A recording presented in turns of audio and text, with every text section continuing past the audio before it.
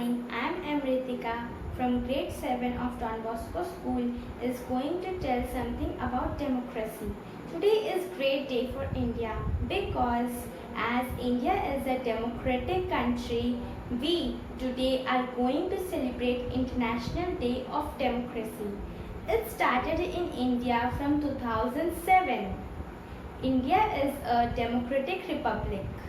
It means that both the president and the government is elected by the people. Why democracy is considered the best form of government? Because it stands for will of the people. Today I am going to discuss some important pillars of democracy. So let's start. The first pillar of democracy is enlightened citizens. It means that people should be aware of their political rights and they should be well informed and socially responsive. They should be able to take right decisions at right interval of time.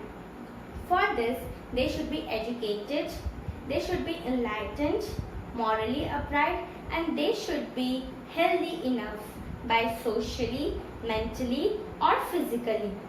Thus, political awareness is an important condition of democracy. Politically enlightened citizens will be able to judge the merits and demerits of different candidates. The second pillar of democracy is wise leadership. What is wise leadership?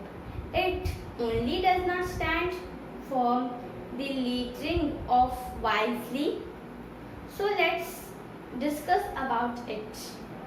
After the elections are over, the party which gets the majority forms the government, and if any of the parties does not get a majority, a coalition government is formed. For this, the voters should be enlightened. If the voters are enlightened, they will be able to judge and they will be able to elect the enlightened and committed leaders. If these leaders and wise leaders will rule the country will process in a truly democratic manner. The third important pillar of democracy is sound public opinion. Public opinion is something based on the wishes of the people on any issues or problems.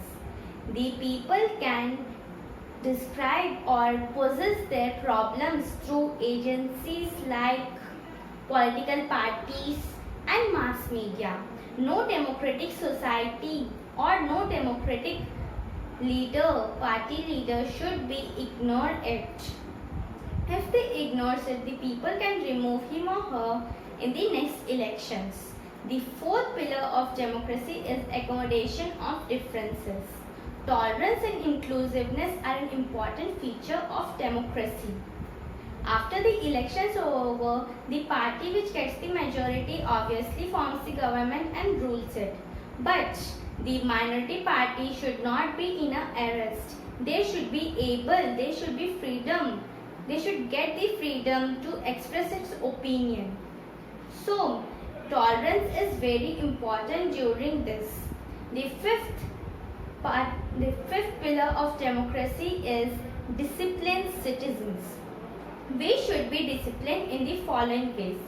First, we should be able to express the views of other. We should respect the views of other. Second, we should perform our rights and duties.